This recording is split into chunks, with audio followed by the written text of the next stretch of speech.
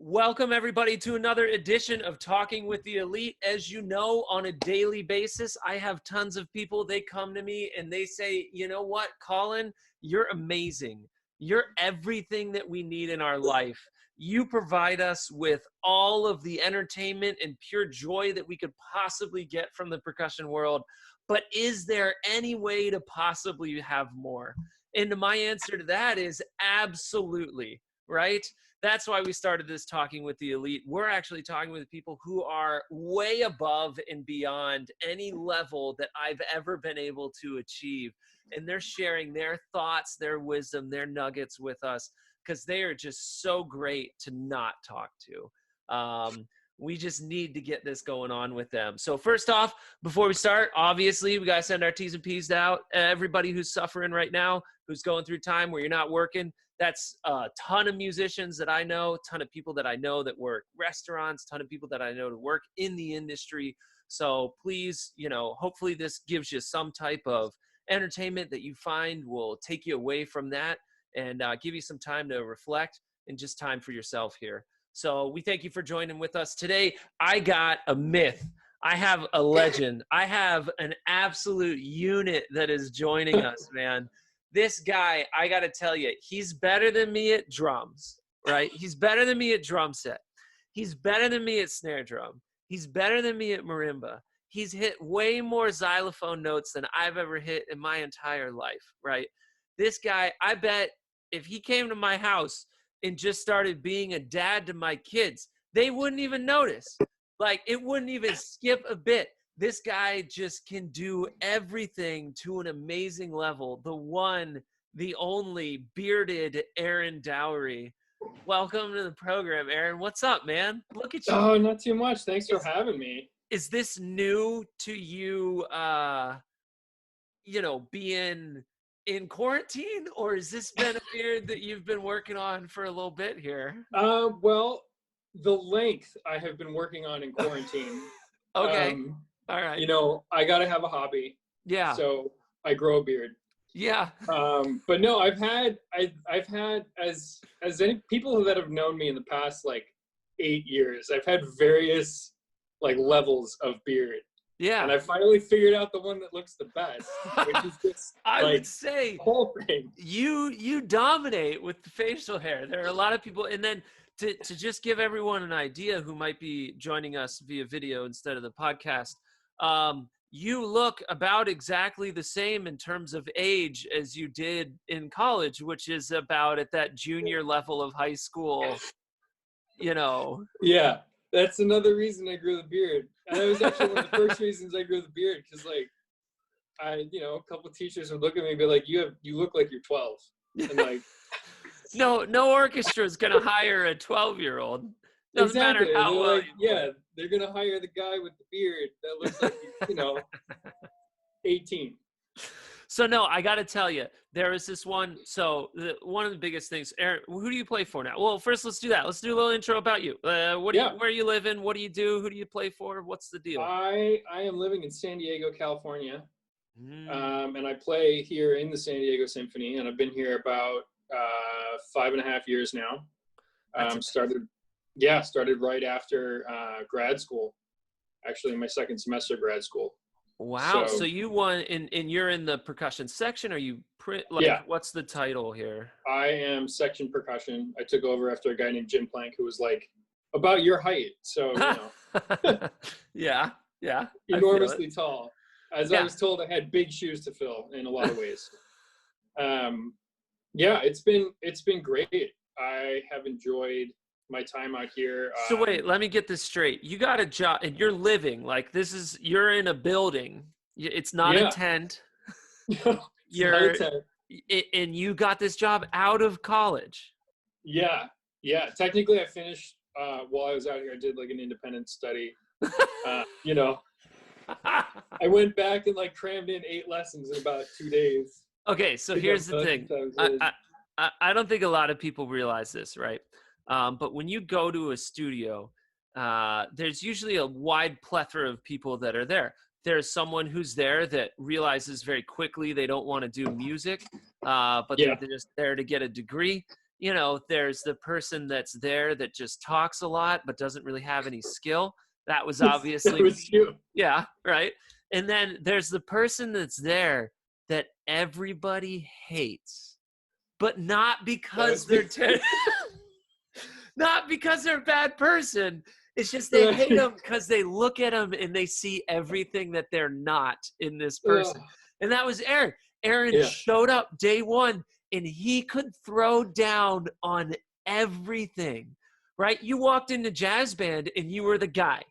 Oh, yeah. Right? Like, you walked into you had to learn all, and I remember we had the solos that we had to learn for, you know, like the etudes, right? Yeah, first year, everybody did the same. First year, everybody did the same thing. So I'm like 22 at this point, doing my first year. Aaron's maybe 17, looking like he's 13. In the walls that we were told were soundproof, were very much not soundproof. No, so not at all. I'm trying to play this piece, and then all of a sudden I just hear it like 40 BPM faster through the wall, no note missed, and then plays it through, and then there's just a little bit of silence. And we both know, like, and I'm just like, yeah, thanks, man. I appreciate it. I know how it goes. Maybe practice something you're bad at. But I didn't realize there was nothing that he was bad at. So well. So that was the Aaron. Aaron could just come in and crush everything. But I think to your credit, you didn't act like it. Well, yeah. And I think part of that was, like, it was intimidating going. That was the first, like, Carnegie Mellon was the first place I went to where, like, I wasn't, like, the best player there. I mean, all through high school, and I think a lot of people have this experience where, like, even you do all county festivals and stuff like that. But you're never put in a position where, like, okay, all these people are as good as I am or better. And then especially, like, with the upperclassmen, I mean, I remember getting put in my place on, like, the third day of, like, we had to do those like placement auditions. Yeah. Where you play, like, a couple, like, the basic excerpts, and they put you in whatever ensemble you're going to be in. Mm-hmm. I think for us, it didn't really matter because we all played in every ensemble anyway. As we learned from our last episode, I had the xylophone solo in Shostakovich for no reason whatsoever. Which you nailed in the dress rehearsal.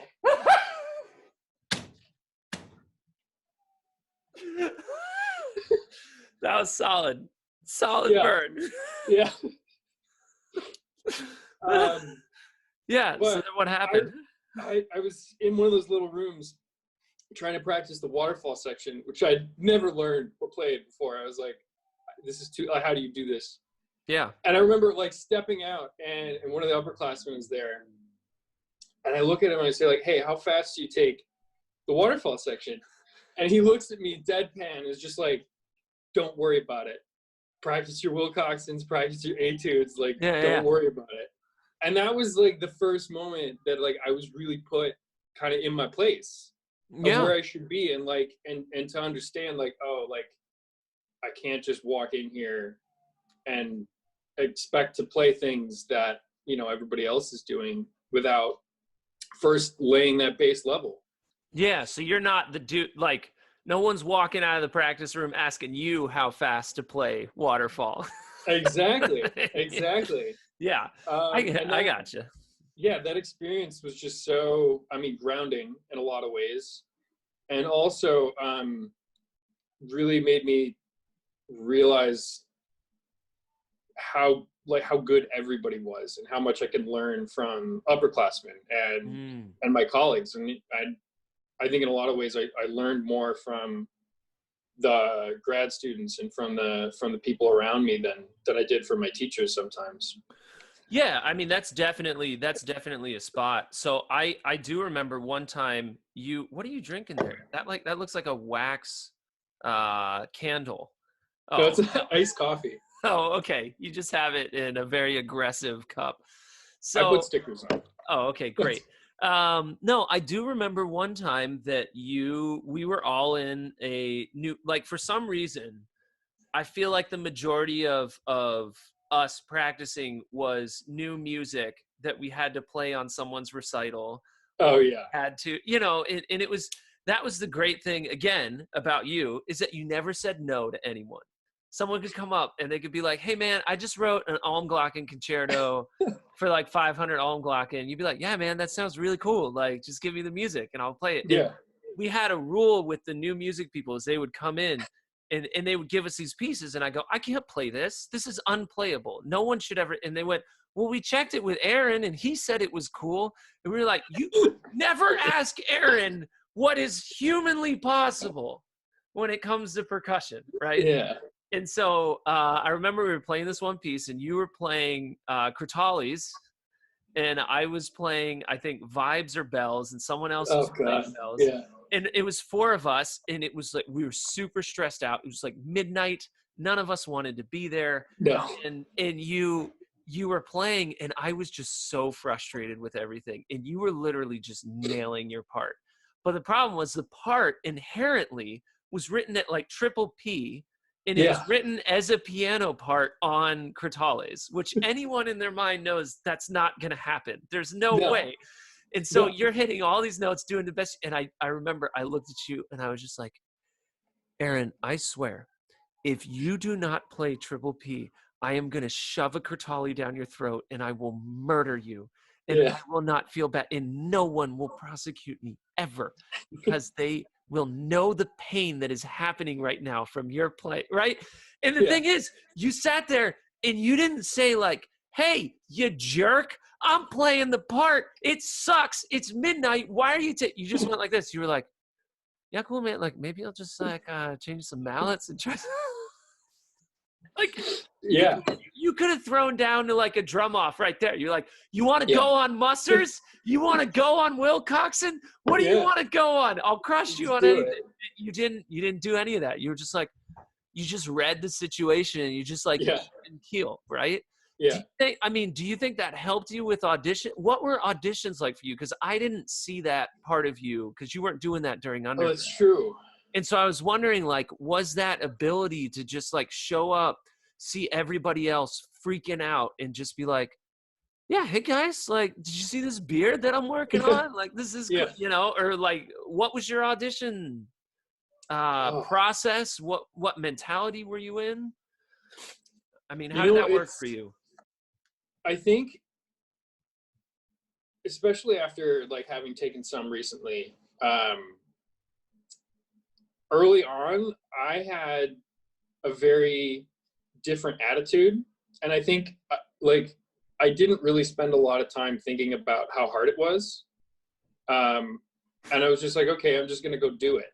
Yeah. Like I kind of like everything all through school and every project I ever had, I was just like, okay, I have this, I'm going to go do it. I'm just going to spend a lot of time practicing. I'm going to go do it.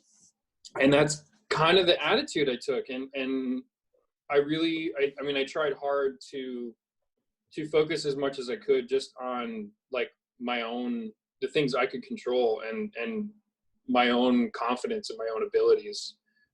So what do you mean by the things that you can control? Well, I can control how I warm up. I can control like whether or not I'm sitting and socializing with everybody before I'm playing, or whether or not I just go find a place and be quiet or put on headphones or whatever. What was your tactic? Were you a loner or were you the social guy?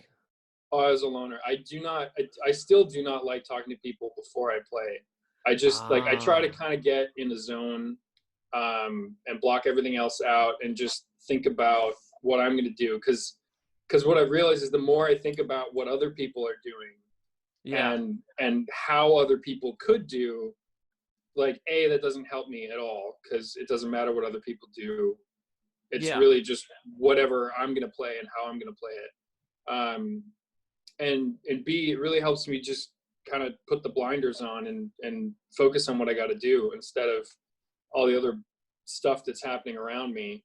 I mean, there's a lot of like warm-up rooms and auditions are always kind of a mess because you got some people like trying out their snare drums and you can naturally hear other people doing things differently than you do it. And you can't help but like think like, oh, should I be doing it like that? Or, you know. So there was one guy that was coming in as you were leaving And when he hit the audition circuit and we were at some auditions together, he was the opposite, man. He was like the trash talker. Like he would sit there and he would just make fun of everybody and everything and be high-fiving and stuff like that. And yet he was winning. He was, you know what I mean? Yeah. Like it's really weird how you can see some people thrive in certain situations. But yeah, I like your idea of the loner. Did you ever, so after, I mean, how many auditions did you take? I don't know if you can see this thing right here. Oh. How many auditions did you take though? Hey, Daddy. I took. I'm working right now. Daddy, I can't find it more now. Let's turn on Dougie. Okay. Can you ask Mommy to help you find the remote to turn on Dougie? Yeah. Okay, thanks, baby. She just wants to be on the show. Oh, well, she's on the show now. So, no, how many auditions did you take?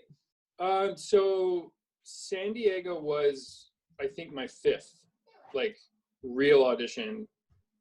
I think thinking back, I don't remember. So when you say real, you mean like over 5,000 a year audition? Yeah, like something that you would actually take, not like a local community thing where you're just like building your chops up. Yeah. And I took a couple of those. But it was like the 5th real, like, fly to a city, you know, not drive to the next county to audition for the regional orchestra, which is really good. And I recommend everybody do that early on as some of your first auditions, because the barriers for entry are a lot lower. But yeah, it was like the 5th real, like, high stakes in my head audition that I took. And honestly, that one, it was right after New World.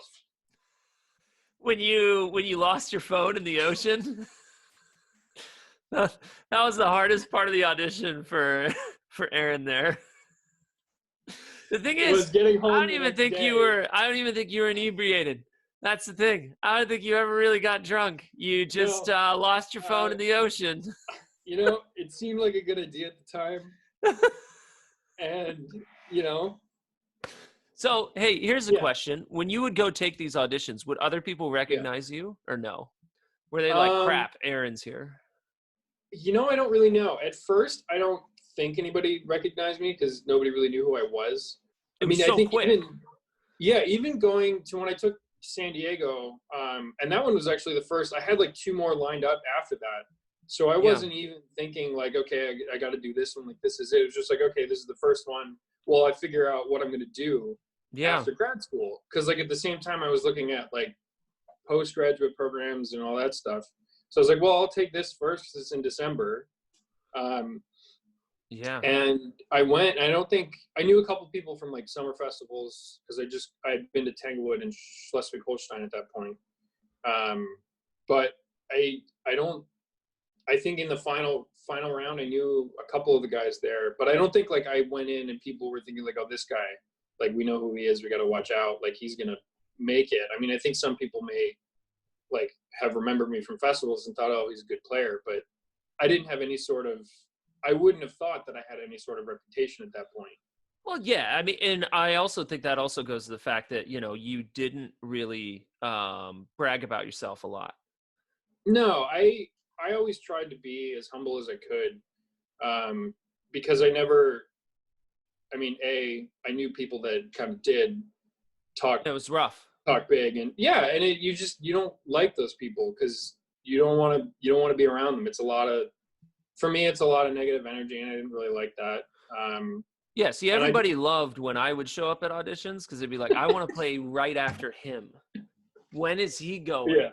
I want to get in. I will sound so good. If I could not trip in like fart on, like, if I could control my intestines during an audition, for me it was a win. It's you know, that's a success. So, but no, I would kind of say maybe 5 wasn't enough, but no, man, I mean, for sure, now that you have the job, right? Yeah. You're doing it. What's the biggest difference that you see from what you thought it was going to be when you were in college to what it is now? Well, nothing, in my opinion, nothing you do in college really prepares you for the tenure process. Oh, the tenure. I thought you were going to be like, nothing prepares you for this life. And I'll be like, wow, shots fired from Erin Dowrey.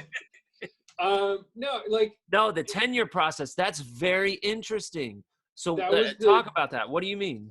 Yeah, so that was kind of the biggest thing for me, is because I had a lot of teachers that taught me, like, okay, this is how you play in an ensemble. This is how you work to play in an ensemble. And I mean, the best way to really learn that is to be playing in ensembles. I mean, it doesn't matter if it's at school. I mean, gigging with whatever orchestra or whatever, like, wind ensemble you can, just to learn how to play in a group with people. So like percussion ensemble, random thrown really together anything. Ensemble, like anything where you're playing with someone else. Okay. Yeah, anything where you have to find like this unified sense of time.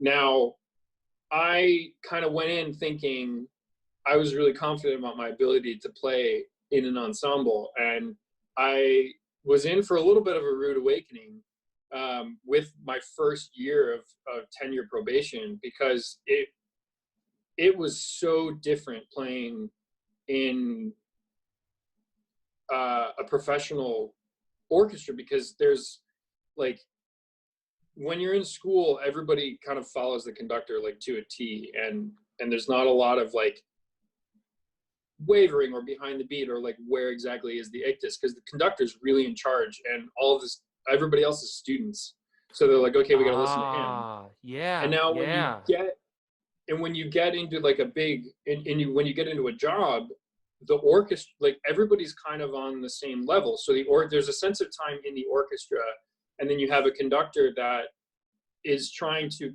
convey that, but it's not quite that. You have to figure out where exactly like the ictus is. For example, when a conductor like gives a downbeat, sometimes it's on the way up when the whole orchestra plays, and I wasn't thinking like that. I was thinking, okay, I'm going to play with the conductor because like he's the guy that's going to give me tenure.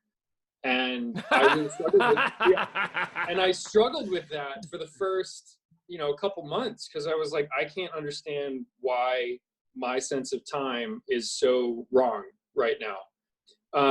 Oh gosh. Because like I really struggled to place, like, you think about triangle. A good story about triangle is when we went to New York City and played Mahler 1. And I played it with my garbage can triangle. No, you were so excited about that triangle. Crack, crack. Yeah. We did that piece a couple, like, look, last man, year or something. Look, I was told by my teacher to get a Buddy and Tyne triangle. I went out and bought a $400 triangle. You can imagine every part I was going to get for triangle, I was going to use that $400 triangle. Yeah, you're going to get your money's worth, yeah. Yes, 1,000%. Oh, I loved it. I remember that every time I hear or play that piece, I'm like, Colin's triangle, man. And I think what was funny is that one of our classmates kept that recording on his Zoom. He had a Zoom, all right? Who has a Zoom? But he kept it on his Zoom for like so long. And he was just like, hey, Pinto, you remember when you did this? And he would play it. He'd be like, da-da-dee-da-da-da, crank. Like, yeah, hey, remember when you were out of tune at the beginning of the third movement on the timpani part? Oh, Can we listen to that recording now? No? Yeah. Okay. All right. See, I'm not Erin Dowrey. I can't just fold out. I don't fold out. Humility is not my strong point. Yeah. So you triangle. So you're trying to figure out where to place those notes or what? Yeah. Like I remember one of the first Masterworks concert I did. I'm playing this triangle part. I'm like, doing like Wagner's Ring Without Words. Yeah. And there's these like soft notes that you got to place with the whole orchestra. And I was not prepared for like how kind of separate the senses of time, even within the orchestra, are, because like you have the people in the back, like the percussion and the brass, that will play pretty close to like on and almost before the beat. granted, there's like some distance there from the back of the stage to the front of the stage, but the hardest thing for me was figuring out where the strings kind of feel like they have their own sense of time, and it usually gels when we're all playing together. But if I have to play something right with the strings, I have to understand that maybe they're going to play a little bit late on that. If it's like a really soft entrance or like the end of a phrase, like they're going to wait even longer past the conductor. So really, for me, the hardest, like figuring that out and figuring out how your orchestra plays, because every orchestra is different too. And I think they all have their own senses of time. Some like to play on top of the beat, some really lag back. And nobody really kind of told me how to figure that out, or told me that that was something I would need to figure out. So that's something that I still tell people to this day, like the hardest part for me was figuring out how to fit into that group. Yeah. So then was there, I mean, I'm thinking you're sitting here saying, look, I was trying to go with the guy who holds my life in his hands. Yeah. Right. But then the problem is, if you're right with it, it's almost like he's used to everybody being behind him. Exactly. Like he's playing for that. And then all of a sudden it looks like you're not in, you know what I mean? Did did anyone ever talk to you about it, or did they kind of leave you alone, or was it something? I had a lot of discussions with like our principal, Great. and the other section player while I was trying to figure it out. Cause I mean, and they were really understanding kind of where I was coming from. And at the time our music director, could be very, like a little on the stricter side of like when something was out of place, you know, he'd call it out, and because he wanted everything to be together. And I had a lot of discussions with like actually all the people in the percussion section, our timpanist included, about like where do you place these beats. And finally I remember having a conversation with one of my teachers from Temple about it, because I was struggling a little bit, and I was like, look, I don't know how to fix this. And he's like, well, I think what you need to do is stop looking so hard and just start like listening and playing with what you're hearing. You can still like look at the conductor, but don't try so hard to like play with his stick, play with the orchestra. And once I figured that out, like that was a whole different thing, because I was like, look, I can play with a recording. I can, like, if I'm listening to a recording and there's a phrase going on, I feel like I can follow it. But I couldn't figure out how to do that while like staring at the conductor to like, oh my gosh, to have this level of communication. Or even worse, when the conductor's staring back at you. Oh God. I had this gig where I'm sitting there playing, and it's like you said, everyone in the orchestra has a different sense of time. And at that moment, not only that, half of the orchestra was standing up to go to the front of the stage to play. So I was in the back of the stage next to the low brass that was playing at one tempo, the conductor that was conducting at a different one, and then the people out front that were playing at a third one. And the whole time, I'm the only one that he can see. And obviously, I'm playing 16th notes and 32nd notes to hold everything together. And he's just staring and I'm just like, there is total cognitive dissonance here, where like, I know some type of sound is happening, but now I know what it's like for those people who can't hear music, that just hear banging noises. Because that's all I see, and like that's what my brain is putting together right now. Yeah, exactly. And but then it falls on you. But it's your right. Yeah. It's your fault, no matter what. And I remember the guy from the low brass turned around and looked at me. He was like, "Hey, man, I know what was going on. And normally I make fun of you, but I'm not gonna make fun of you today." He said, "Sometimes you just gotta realize there's nothing you can do, and you just take your licks, you know." Exactly. And unfortunately for percussionists, you're the most obvious one if something is slightly out of rhythm or not exactly, like, especially with triangle or cymbals. Like if it's a little bit late or early, even if it's with some other things, I mean, you're the loudest and most obvious like instrument. So and you're like the single guy. So like if there's like if all of the horns come in a little bit late and you play a triangle note, he's gonna stare at the triangle player because there's one of you. You know? So what instrument do you play the most in the orchestra? I do play a lot of mallet instruments now. Ooh. Which is terrifying. Because you're like, you know, a lot of times you feel like, oh, you miss a note here, yeah, whatever. But like when you're actually playing it with a group, you're like, if I miss a note, it sounds very wrong because everybody else is playing it. Especially like xylophone stuff with woodwind. That's not the note that everybody else is playing. No, it's not. Yeah, but it has gotten me a lot more confident and better at like xylophone and glockenspiel. I do remember. So, I mean, that's the thing. And you also played like with Wicked. You played a Wicked show, right? I did. I played 4 weeks of that. Yeah, that was. I mean, you do that was a very literally everything. And I can't like. I go back. So I know Temple probably has a different version of you, but for me, my fondest memories of you were in jazz band. Oh, right? Yeah. Because that's where it was just you and I, and maybe some other drummers came in. Yeah. You weren't really there for the drummer that was in the same church group as what's his face, Aaron Spears. Oh, I was there for were a you? little bit. He was a good player. Yeah, he was really good. But I mean, so it was mainly though just you and me, and we would hang out, and maybe one other person was playing vibes, and it was a ton of fun. And we remember that trip we took to Philly, and we played. I was thinking about this earlier today. So I drove out, and they were the only reason I drove was because CMU was reimbursing us 55 cents a mile. Right. So I was like, I'm gonna triple my profit for this quarter if I just make this trip. Yeah, we get the per diem. You don't eat anything. Exactly. You do 55 cents a mile. You get reimbursed. We play the show. We're in and out. Bing, bam, boom. We're going home. And on the way home, I got pulled over. And you had brought your Mad Labs, whatever it was. Oh, yeah. And you're sitting there in like, it was the most stressful thing ever because the cop comes up and the cop's like, do you know why I pulled you over? I said, no, what?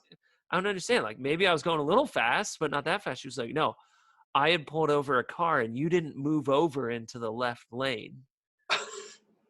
And you have to move over to the left lane if you can. Oh my God. And I was like, I had no clue. And Erin sitting in the front seat goes, oh, I knew that. I was wondering why you didn't do that. And I'm like, dude, come on, man. You just get, but then here's the problem. Well, that would have been like an $80, $90 ticket. Totally would have made it. Also, I had no registration. My car registration was expired. So it blew it up to like a $400 ticket. The car should have been impounded because we were still close to Philly. Right. Yeah. And they're really strict with that. And the whole time you're just laughing. And you're like, because you're seeing like, not only did you not make money, now you're losing money on this trip.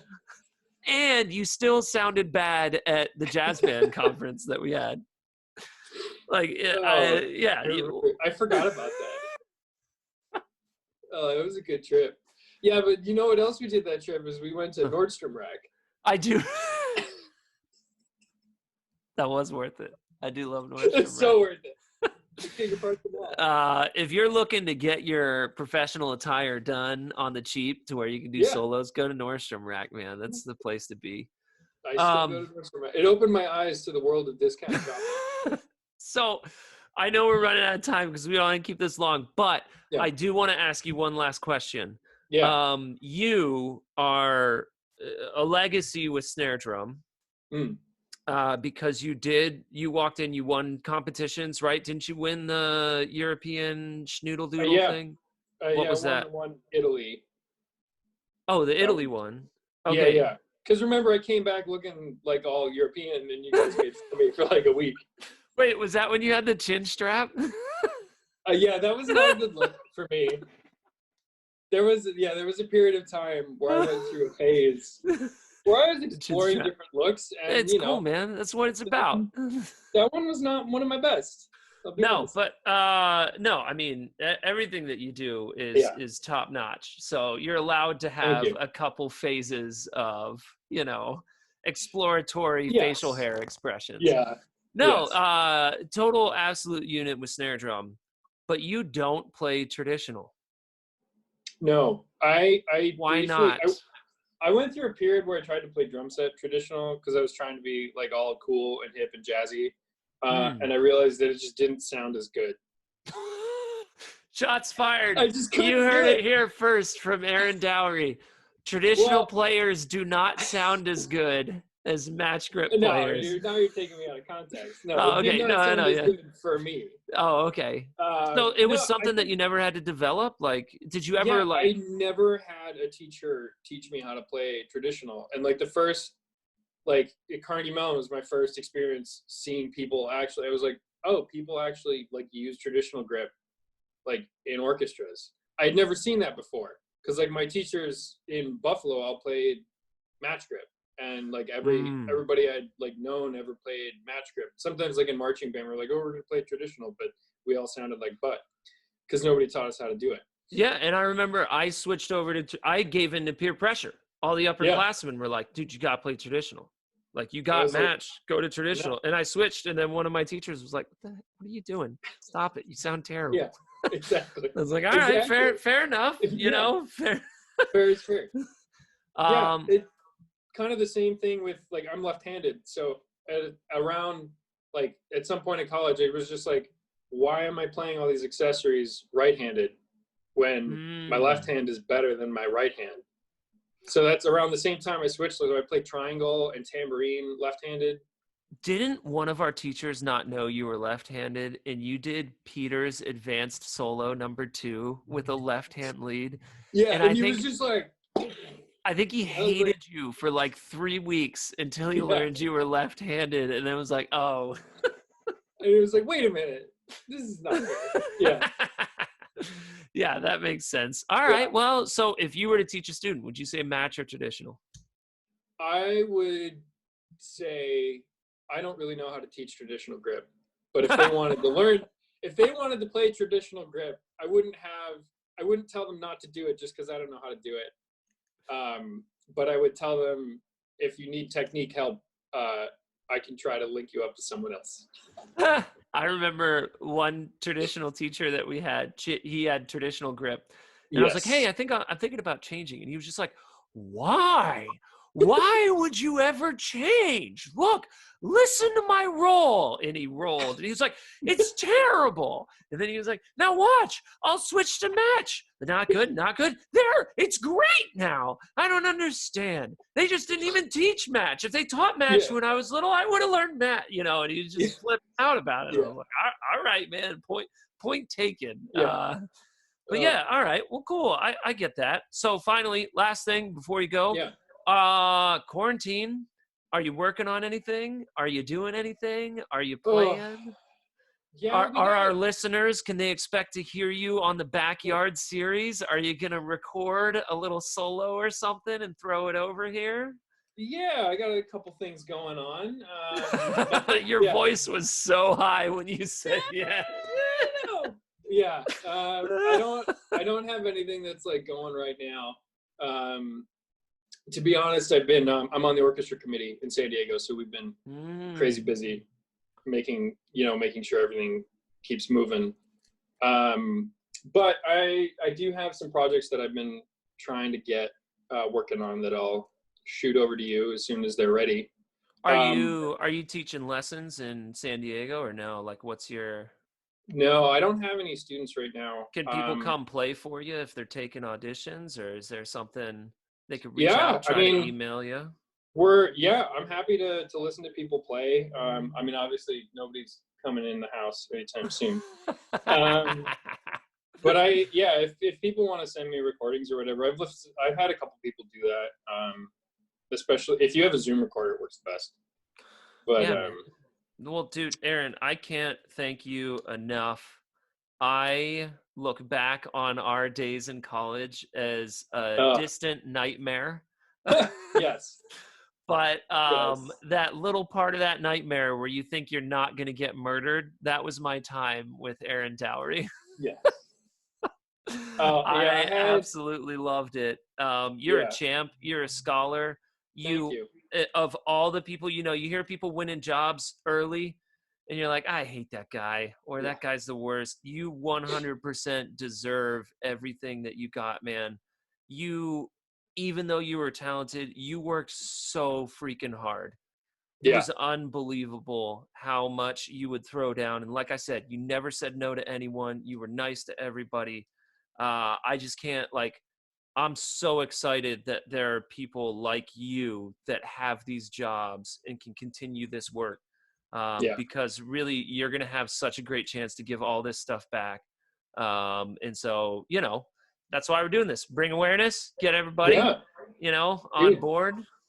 Thanks for setting all this up. I can't think of a better host for this show. I can think of about 20. So, Erin, I super appreciate it, man. If you do anything, if anything comes up, just shoot it over. I'll make sure to get it out to everybody. Yeah. Thank you so much for your valuable time. Please continue to enjoy that amazing weather. And we'll continue to enjoy our rainy, cold stuff over here on the East Coast. But yeah, man, thanks so much for everything, Erin. We'll talk to you later, buddy. Yeah, no problem. See ya.